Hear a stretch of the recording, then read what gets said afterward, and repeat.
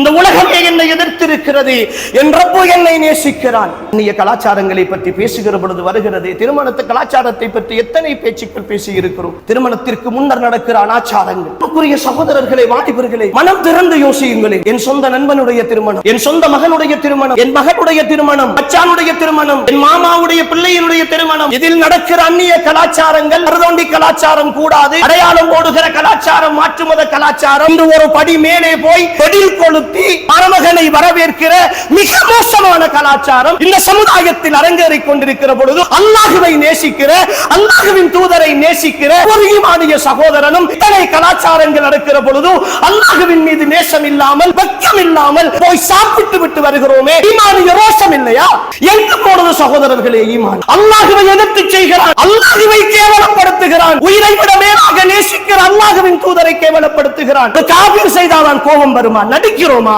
என்ன சகோதரர்களை செய்து கொண்டிருக்கிறோம்? இந்த ஊரில் நடந்தேறுகிறது. கேட்டால் குடும்பம் பகைத்துக் கொள்வார்கள். அந்த வீட்டிலே செய்திருக்கிறார்கள், அவருடைய கல்யாணத்திற்கு செய்தார்கள், அவருடைய கல்யாணத்திற்கு செய்தார்கள். ரப்பு எங்கே? அல்லாஹ்வின் தூதர் எங்கே? இந்த உலகத்தில் இத்தனை பேரும் தான் உங்களுக்கு விருப்பம் என்றால் நீங்கள் ஏன் இஸ்லாமிய பேரோடு வாழ்ந்து கொண்டிருக்கிறீர்கள்? அல்லாஹ்வை விட, அல்லாஹ்வின் தூதரை விட இந்த உலகத்தில் உங்களுக்கு மற்றவர்கள் விருப்பம் என்றால் ஈமானுடைய சுவையை எப்படி சகோதரர்கள் சுவைக்க போகிறோம்? அல்லாஹ்வின் தூதர் சொன்னார்களே, இந்த உலகத்தில் உன்னுடைய தாயை விட, தந்தையை விட, உன்னுடைய பிள்ளைகளை விட, உலகத்தில் உள்ள அத்தனையையும் விட நான் விருப்பமானவனாக ஆகிற வரைக்கும் உன்னுடைய உள்ளத்தில் ஈமான் பரிபூரணம் அடையாது என்று சொன்னார்களே. யாரை பார்த்து சொன்ன வார்த்தை தெரியுமா?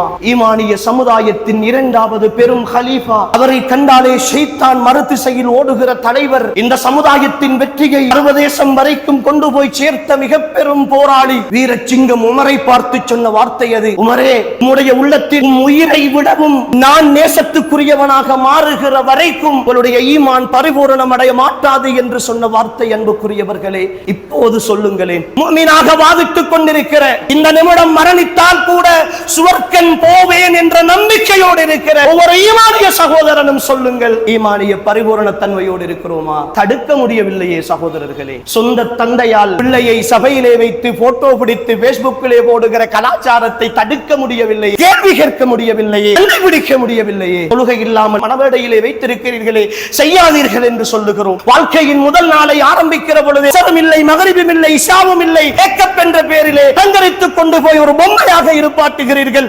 வேண்டாம் என்று சொல்கிறோம். அல்லாஹ்வோடு போராடுகிறீர்கள் என்று சொல்கிறோம். அந்த திருமணம் நிலைக்காது என்று சொல்கிறோம். அல்லாஹ்வை கோபப்படுத்தி விட்டு அல்லாஹ்வுடைய அனுபவிக்கிற அல்லாஹ்வுடைய அருளை அல்லாஹ் பொருந்திக் கொள்வானா என்று கேட்கிறோம். ரோஷம் வரவில்லையே. மாப்பிள்ளைமார் சுப்ஹானல்லாஹ், எப்படி சகோதரர்களை அங்கீகரிக்கிறீர்கள்? உங்களுடைய பொஞ்சாதியை, உங்களுடைய மனைவியை ரசனையோடு இன்னும் ஒரு போட்டோகிராபர் வகை வகையாக போட்டோ பிடித்து கட்டி பிடித்துக் கொண்டு நிற்கிறீர்களே, கொஞ்சமாச்சும் ஒரு ஆண்மை, ஒரு ரோஷம்